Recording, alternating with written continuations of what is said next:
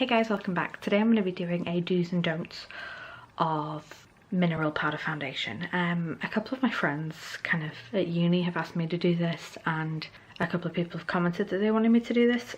Powder foundation can be a tricky one. I've only really got into it since I tried out the Tarte airbrush foundation, which I'm actually going to be using today, but it really kind of goes with any powder foundation. It can look really nice and effortless when done right, but when it doesn't work, it doesn't work. I've spoken to a couple of my friends about what their issues are with it, and I'm going to be kind of going through a couple of those today and kind of what I do. So I'm going to have one side of my face do's, one side of my face don'ts. And if you can hear any background noise, by the way, I've got my windows open because it's boiling and I can't control people that are outside. So the first thing that I've done is washed my face. Obviously, you know that you've got to do that, make sure you've got no traces of makeup on. Now I'm gonna have this side as do's, this side as don'ts. So the first thing you want to do is moisturize. Even if you have oily skin, you want to make sure you're putting that moisture in, and then because it'll stop the oils coming through as much if you already have that moisture in your skin. So at the moment I've been actually using the Garnier Skin Active Moisture Bomb Day Cream. Now it's SPF 10, which I know isn't great, but at least it's a little bit. This is for dehydrated skin, and my boyfriend's been using this. He has really dry skin and it's been really good for him, and I have kind of combo oily skin and it's been really good for me. So just got to remember to only put it on half of my face. So it comes out as like this white cream, and I'm just doing some work today, so I don't really need to put SPF on my skin, but if you're going out, you want to make sure that you're going to be doing that. Now, just going to give that a minute to sit in, because I know that it can be really tempting to not use moisturizer when you have oily skin, thinking, you know, oh, my skin produces enough oils, I don't need to use it. But it's really important. It'll stop all those extra oils coming through. We're next going to go in with primer. It doesn't matter what primer. I'm just going to be using the Revlon Photo Ready Perfecting Primer. But again,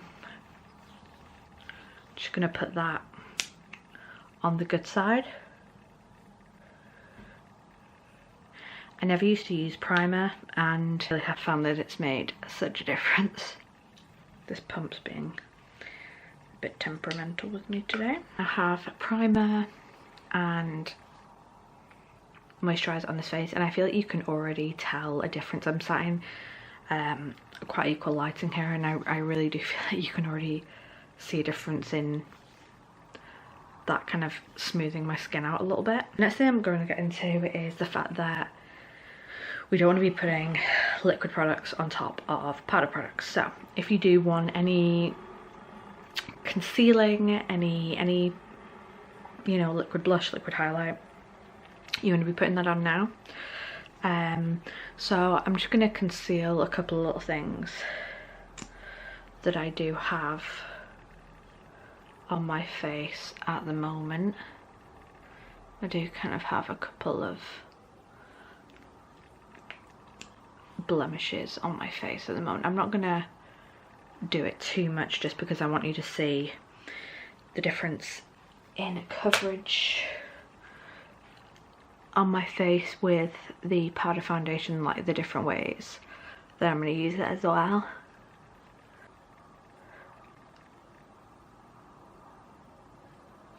Now that's blended out, I'm just going to take a little bit of translucent powder just on a little brush and just set mine dry, just so that when I'm buffing in the foundation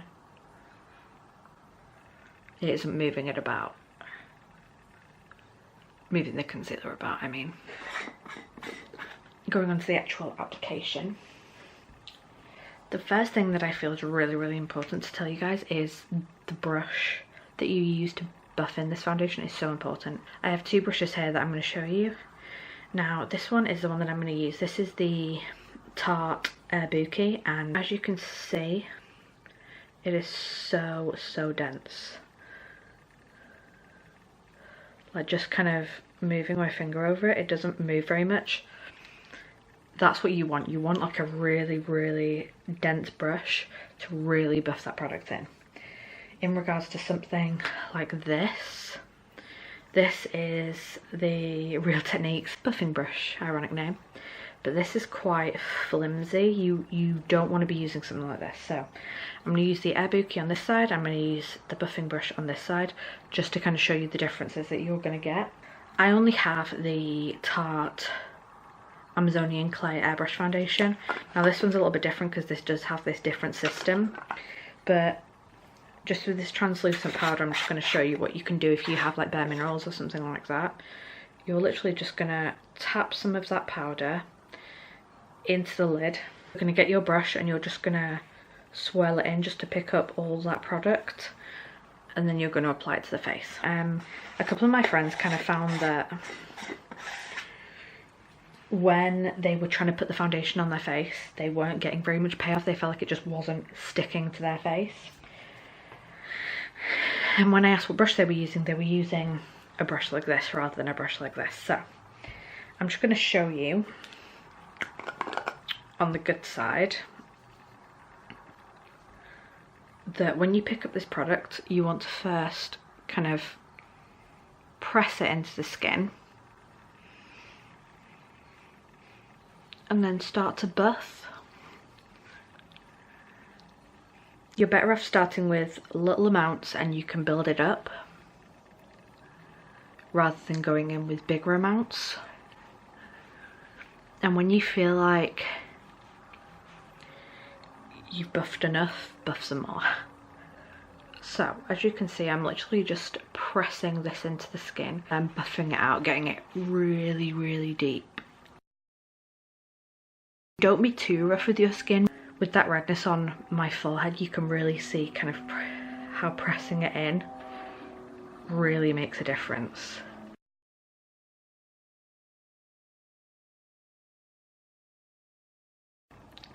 Now that I feel like I've buffed this foundation enough, I feel like it's really sunk into my skin well, I'm going to take my brush with no more product and I'm just going to go over everything again and just buff it a little bit more.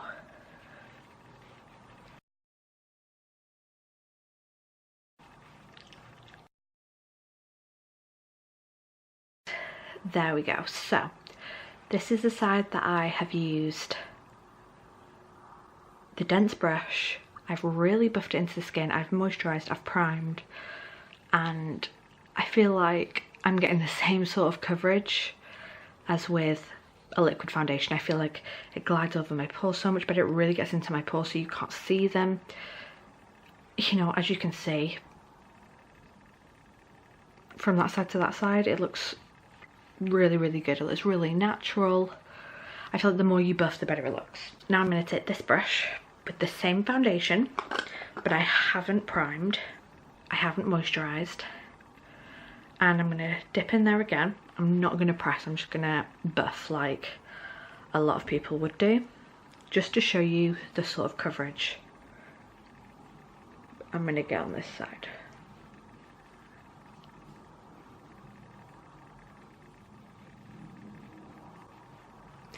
On this side, I dipped in 4 times, so that's what I'm going to do on this side to show you that I'm using the same amount of product.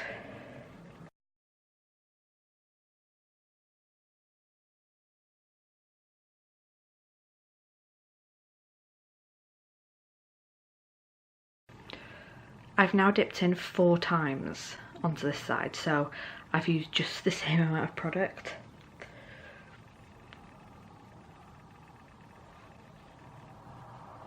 And even though I used concealer on this side and not on this side, I used a little bit of concealer under my eyes on a blemish I had here and a blemish that I had here.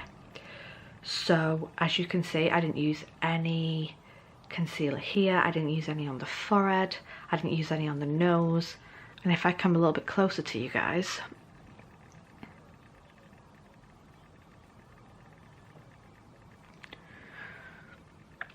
you can see just how little coverage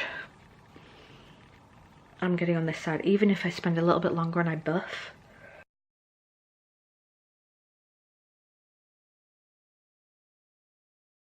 You just aren't getting the same amount of coverage. having a closer look, it looks quite dry around my nose on kind of dry patches that I have on this side. It's clinging to a small area of dryness that I have here. It just isn't covering as well. Whereas this side looks nice and smooth. It doesn't look dry anywhere. It's not, you know, going into any fine lines or creases. My pores still look emphasized on this side and they don't on this side. You know, overall I just think it's, you know, these very small things that make a big difference when it comes to this foundation, especially when, you know, you're spending your money on this foundation. So I definitely think if you're gonna be investing in a good powder foundation, you definitely need to invest in a good brush. It needs to be a dense brush that's really gonna help you buff in that product and really gonna help it go further and give you better coverage. Because I mean, the proof's in the pudding. Like, you can see just how good it looks on this side and just how bad, like, it literally looks like I don't have anything on this side of my face.